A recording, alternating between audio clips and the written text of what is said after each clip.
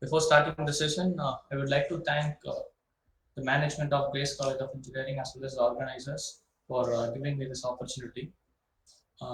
As well as I would like to thank my own institute for providing me the platform to share what I have learned in the past 8 years in the field of intellectual property rights.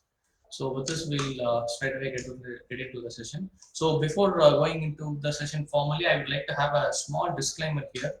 So throughout my presentation, I have used various examples, which includes images of certain companies, products, or logos and other brand names. And the sole purpose of all these disclaimer is to have a better understanding. And I'm here to not promote or demote any brand or any company throughout my presentation. So I just want to request all the participants to be interactive, either by unmuting yourself or by interacting in your chat box, so that we can make this session more interactive and engaging. And this is what the agenda for today's seminar. Now we move on to the content. I hope you all can see a monument here. Actually, this monument is Tanjore Big Temple, right? நம்ம தஞ்சை பெரிய கோயில் அப்படின்னு நம்ம சொல்லுவோம். See, the reason why I am showing this image here is that if we look into this image, all of a sudden, who actually comes into our mind is Rajaraja Solan. So most of us will be knowing that who actually constructed this temple. It is Rajaraja Solan, right? And in fact, I just want to convey a point here is that the purpose of constructing a temple is to worship God, right? Or purpose of constructing a worship place is to worship God. But in case of this monument, most of the people will be knowing who actually constructed this temple. Instead, many of us doesn't know what is the name of the God residing inside the temple. So actually, we used to call him as Sivan, right? But the actual name of the God is Perudaya. So Pragadiswara. So again, the point which I'm trying to convey here is that always a property will give identity to an individual or to an organization. So again, the purpose of constructing a temple or a worship place is to worship God. But in case of this monument, most of the people doesn't know, or they lag in recognizing the God who is residing in this temple. Whereas all of us also know who actually constructed that temple. So that is what I'm trying to convey. So always a property will be giving an identity to an individual. In a similar way, you can consider this slide. So here you can see Tiruvallur, right? So of course, uh, every one of us know who is Tiruvallur, but most of us doesn't know, or even none of us doesn't know when he actually born, and whether this is the actual phrase of Tiruvallur, and where he was brought up. We don't know anything about him, but still every one of us know he is Tiruvallur. The reason is that the property which he left to the society, that is Tirukural. So again, I'm stressing a point here is that a property will always give an identity to an individual.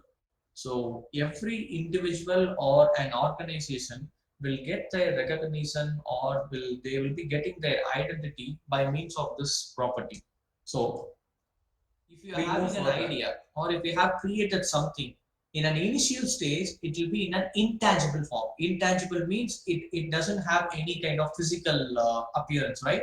An idea is always an intangible one. Once if you convert your idea into a prototype only, then only it is going to become as a tangible property. So at the initial stage, it will be always in an intangible form. So in this intangible form, if you want to protect your intellectual work, you need to have some protection mechanism. That is what called as intellectual property rights. So IP right is nothing but a property or a right which is given to protect your intangible assets. So if I want to prove that a bike which is owned by me means, I can just show the RC. Similarly, if a land belongs to me means, I just have to show the patta, right? The legal documents. In a similar way, if you want to prove that any intellectual property belongs to you, you need to have some legal evidence. So that is what called as intellectual property rights. So the right which helps to protect our intellectual property is called as intellectual property rights. Shortly, it is called as IPR. So this IPR actually in India we have discussed a lot, and in India, in the past 1 decade, the talk about this IPR is getting at a faster rate, and that is the growth of this IP is also getting at a faster rate. So, what is actually the reason is that the benefit out of this IP? For example, you just assume that you are having a home means what can you do with that home? Your home is a tangible property, right? What can you do with that home? You can rent it, you can lease it, or you can even keep it as a collateral in a bank, and you can get a money for your business or whatever the purpose you are in need. And even you can sell it, you can destroy, or you can demolish, and you can reconstruct. So all these benefits or all these right is given to you as a owner by means of the legal system for your tangible property like home. In a similar way, the same legal system is giving you the complete right to you for your intellectual property right also. So if you have any IP right, you can own it, you can sell it, you can lease it, you can license it. So ultimately, you can gain a monetary benefit out of your intellectual property. And of course, the need for intellectual property, there are multiple needs or multiple benefits out of this intellectual property. I have just summarized into six key need of what and patent is. So if you are able to give a better solution or even a simpler solution for an existing problem, then your invention or your innovation can also be protected under patent. So what is the point I'm trying to convey here is that almost everyone will be using your you'll be doing your final year project, right? So in the final year project, what you can do is that you can convert your project into patent also. So you have that much of scope is there. Okay, fine.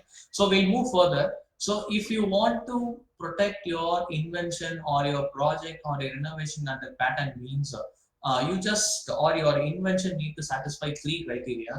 Those three criteria are novelty, inventive step, and industry of IP right, which is called as copyright. So copyright is meant for creations. Again, I would like to recollect. Patent is meant for inventions, and copyright is meant for creations. And that creation can be either a literary work, or even it can be an artistic work, or it can be a drama, or even it can be a sound recording or a music, or even a computer software program can also be protected under the third form of IP right is trade secret. So what for this trade secret is meant for is that, see, you are doing a business and you feel that a lot of competitors are there, and again you have identified certain aspects of your business, it is giving you the market advantage over the competitors means those unique features can be protected under trade secret. Trademark. So any kind of mark which helps the customer or consumer to differentiate between two competitors means those marks can be protected under trademark. For example, you just imagine a car is going on the road, and you want to identify which company it is means then you need to see the logo, right?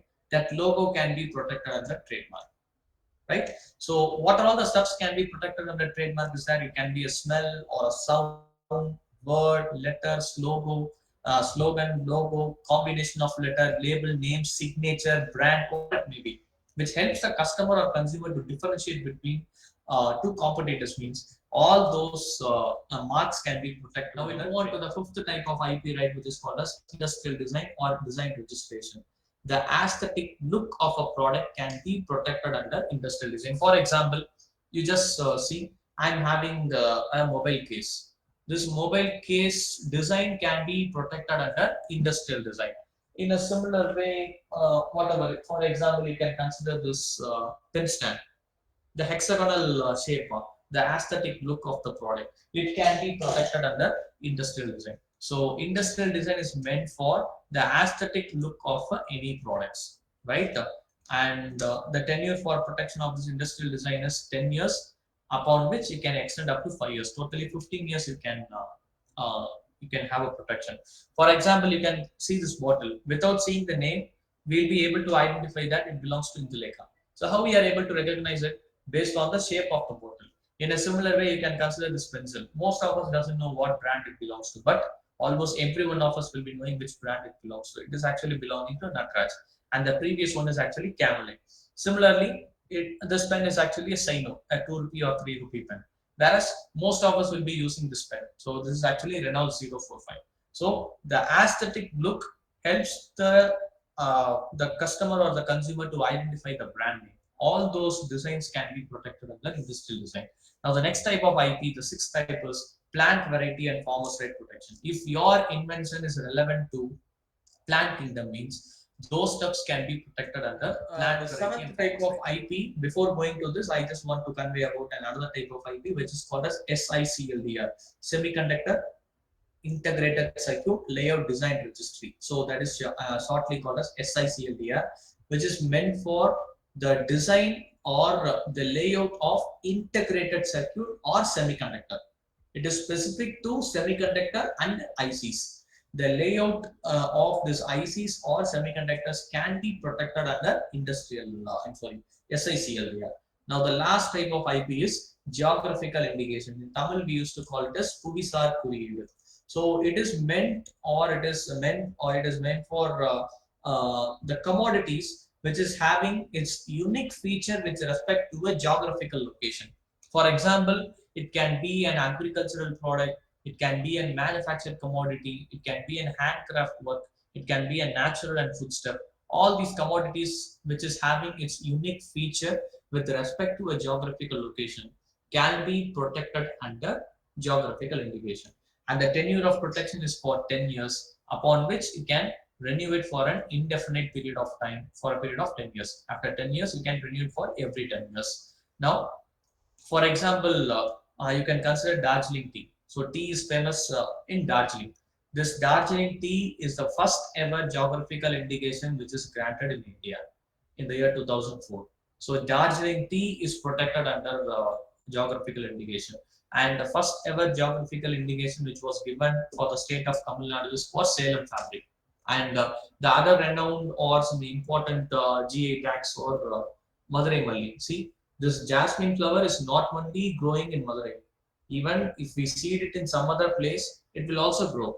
But the aroma or the quality of this jasmine flower, which is growing in the geographical or the climatic condition of Madurai, is having its export quality, that unique feature. So it is granted with GA.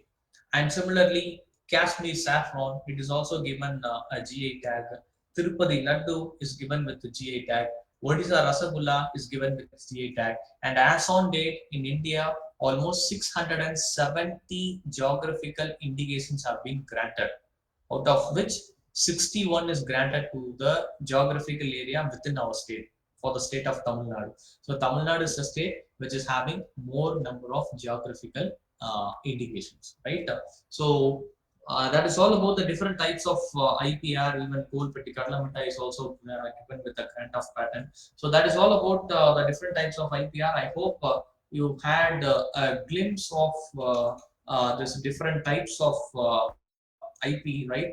So once again, to recollect, 8 different types of IP right is administrated in India, and we have seen all these 8 types. I hope you got a better understanding about these different types of IPRs. So with this, I would like to formally thank and I would like to conclude with a thank note of extending my thanks to the management as well as the organizers of this event, Grace College of Engineering, as well as my own institute for giving me this platform to share what I